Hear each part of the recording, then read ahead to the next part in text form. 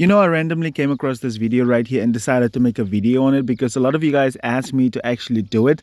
And I really saw a lot of flaws that we will be discussing in this video here today. How Monaco exactly exploited Barcelona's flaws in the build-up and the press, which is not a complete picture yet. We can all agree to that, but it's worth looking at it and it's interesting and it makes for good content as well. As always, do subscribe to the channel. It's going to help us a lot to get this family to grow bigger. We upload weekly Barcelona content.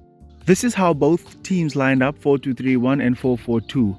In build-up, Barcelona would split their centre-backs on either side of the goalkeeper, and Bernal was like the home pivot, and then Casado would join Pablo Torre up top in order to be like kind of like free eights. However, Monaco was very clever in their press as one of the midfielders came onto Bernal, and they kind of like had a midfield diamond as they would block the passing lanes all over to the free eights here, which means the verticality for Barcelona wasn't on at all.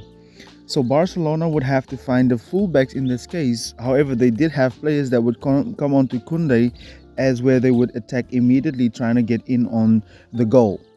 In this frame, we can clearly see Barcelona's midfield triangle, which is what we kind of want to see. But look at the diamond we saw from Monaco in the early stages of build-up. And you can see the moment the ball went to Koundé, the left midfielder and the fullback even came on to Koundé trying to mark him and press him. However, the obvious answer for this would be to have one of Torre and Casado to drop into the double pivot space right there with Marc Bernal. However, Monaco wasn't scared to let their defensive midfielder get in on the action, whereas they would commit one of the centre backs to come into the space right here to kill the central progression towards Lewandowski even more. And if they did went long straight to Lewandowski, they could easily contest the ball, get it off of him, and then they would start to transition over the ball, right? In this instance right here, it's Pablo Torre that's dropping towards the ball, and look at how the defensive midfielder came out to create like this line of four to stop central progression for Barcelona. And look at Salisu, the defender, coming into defensive midfield to clear out the line towards Robert Lewandowski. But Flick got past this press in two ways, and the key is both Casado. You can actually see that in the previous frame that I just showed you guys, right? The first thing was for ter Stegen to hit Casado directly, and then Robert Lewandowski can come into this space to create a numerical advantage over here. But many a times ter Stegen wasn't very accurate because this could have been well, and we saw this in the first half because this defender cannot follow Lewandowski because then we can get Rafinha in behind, right? And secondly was to actually draw these players over to one side by building up through here, and then we of course know they will go into a man mark situation.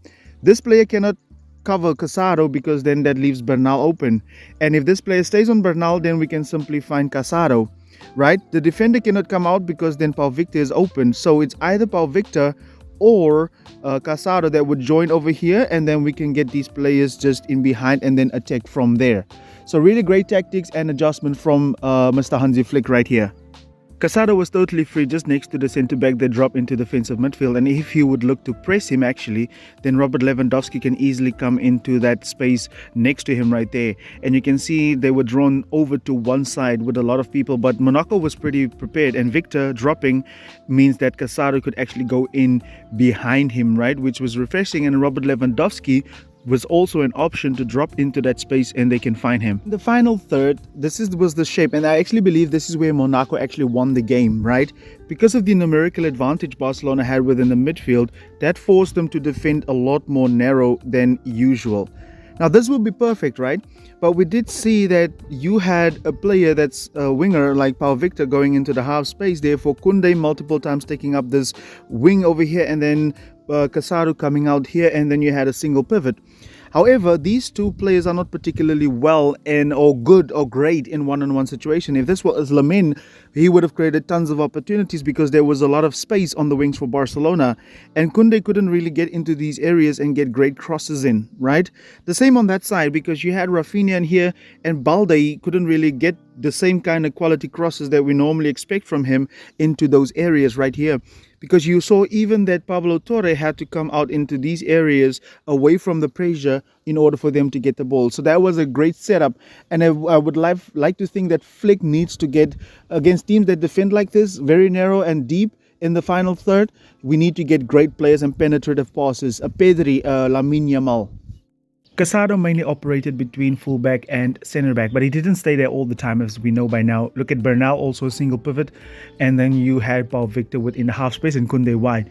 But like I said, Kunde didn't arrive in these areas too often, and like you would want him to, he should be a lot more forward receiving the ball, and they can clearly see him and track him down, right?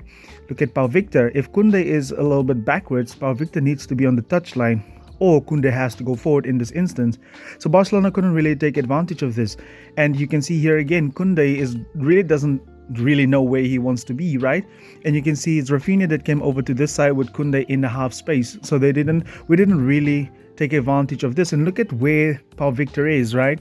So Barcelona didn't have any chances of actually taking advantage of the amount of space that we actually generated.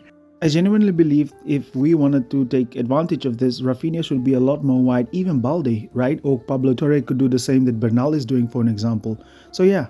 But Kules, I feel that second half deserves a video on its own to really analyze in depth that mess that went on there. So I'm going to make a video on it. I'm already busy actually. We're going to drop it tomorrow or even on Friday. As always, do subscribe to the channel. It's going to help us a lot to get this family to grow bigger. Thank you much for your support. Goodbye.